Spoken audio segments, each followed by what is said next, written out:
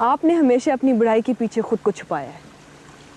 مجھے تو آپ نے ہمیشہ ناسمجھ اور بیوقوف سمجھا ہے، جس کی حماقتوں پہ کبھی ہنستی ہے کبھی ڈانٹتی ہے. 80 کی دہائی میں ایک لازوال ڈرامہ تنہائیاں کے ذریعے ایک پری چہرہ سکرین پر جلوہ گر ہوا جو وقت کی سب سے ٹاپ سیلیبریٹی بن گیا. جی ہاں، میری مراد مرینا خان سے ہے. مرینا خان ایسی خوش قسمت اداکارہ تھی جنہیں تنہائیاں ڈرامہ نے راتوں رات سٹار بنا دیا تھا. مرینا کے لیے لوگوں کی محبت کا یہ عالم تھا کہ پورے پاکستان سے محبت بھرے خطوط پی ٹی وی اسٹیشن موصول ہوا کرتے تھے، اور کچھ فینس تو ایسے بھی تھے جنہوں نے پی ٹی وی کے باہر ڈیرے ڈال لیے تھے تاکہ ان کی ایک جھلک دیکھ سکیں. تنہائیاں کے بعد انہیں دھوپ کنارے جیسے ایک اور لازوال ڈرامہ میں دیکھا گیا جو پی ٹی وی کی تاریخ میں ٹاپ 5 ڈراموں میں شمار کیا جاتا ہے. یہ ڈرامہ اتنا مقبول ہوا تھا کہ اس پر فلمز اور کئی ایک ڈرامے بھارت میں بنائے گئے. مرینا خان بھی کچھ عرصہ کے لیے ممبئی میں مقیم رہی. مرینا خان نے عروج اور گلیمر کا جو زمانہ دیکھا ہے وہ شاید ہی کسی اور اداکارہ کو مل سکا ہو. مرینا خان کی زندگی دیکھ کر سب بہت رشک کیا کرتے تھے. اگر کوئی اداکارہ عروج حاصل کرنا چاہتی تو مرینا خان ہی اس کے لیے رول ماڈل ہوا کرتی تھی. لیکن بالآخر شہرت اور عروج کے وہ زمانے ختم ہوئے. وہ سحر امیز حسن بھی ڈھل گیا. لاکھوں دلوں کی دھڑکن مرینا خان ایک ایسے شخص کی محبت میں گرفتار ہوئی جس نے انہیں کئی دکھوں سے بھی گزارا، اور زندگی میں ظاہری سب کچھ سمیٹنے والی کی زندگی میں ایک ایسی کمی ہے، ایک ایسا دکھ ہے جس کی بھرپائی آج تک نہیں ہو سکی. آج کی اس ویڈیو میں ہم آپ کو ٹی وی انڈسٹری کی عظیم اداکارہ مرینا خان کے حال کے بارے میں بتانے والے ہیں، اور یہ بھی کہ اسکرین سے دور ان کی زندگی کیسی گزری. جی نہیں، میں نے آپ کو یہ حق کبھی نہیں دیا.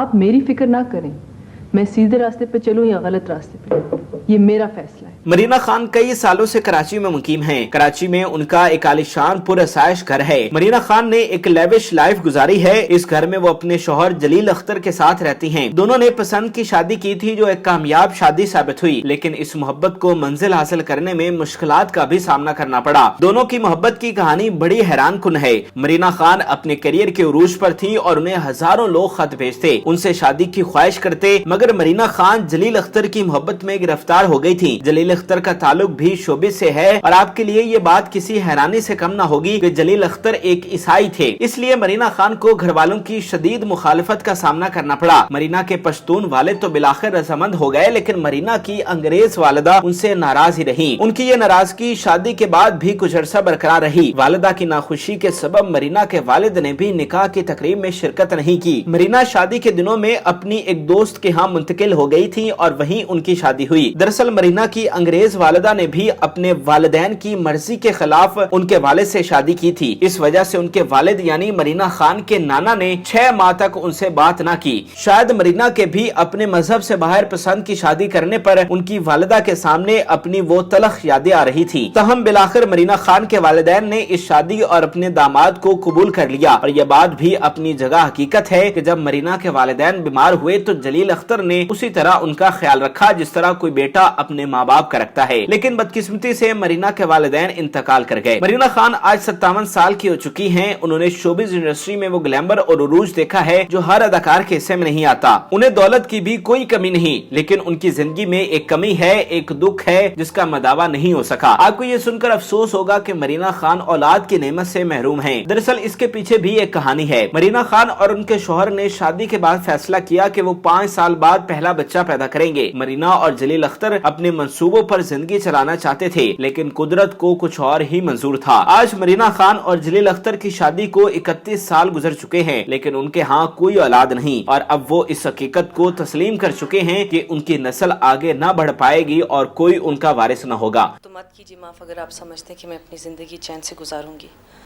یا اگر آپ سمجھتے ہیں کہ میں اپنے اس جرم کو بھول جاؤں گی. ریاض صاحب جنہوں نے بھولنا ہوتا ہے وہ ہر صورت میں بھول جاتے ہیں. ان کے لیے معافی کا لفظ میٹر ہی نہیں کرتا. مرینا خان کا زیادہ تر وقت اپنے گھر میں گزرتا ہے، اور ان کے حوالے سے ایک دلچسپ بات یہ بھی ہے کہ انہیں جانوروں کا بہت شوق ہے. انہوں نے کتے اور بلیاں پال رکھی ہیں. بیک وقت ان کے پاس 5-7 کتے اور 8-10 بلیاں ہوتی ہیں. شاید اس کی ایک وجہ یہ بھی ہے کہ مرینا خان اولاد نہ ہونے کی وجہ سے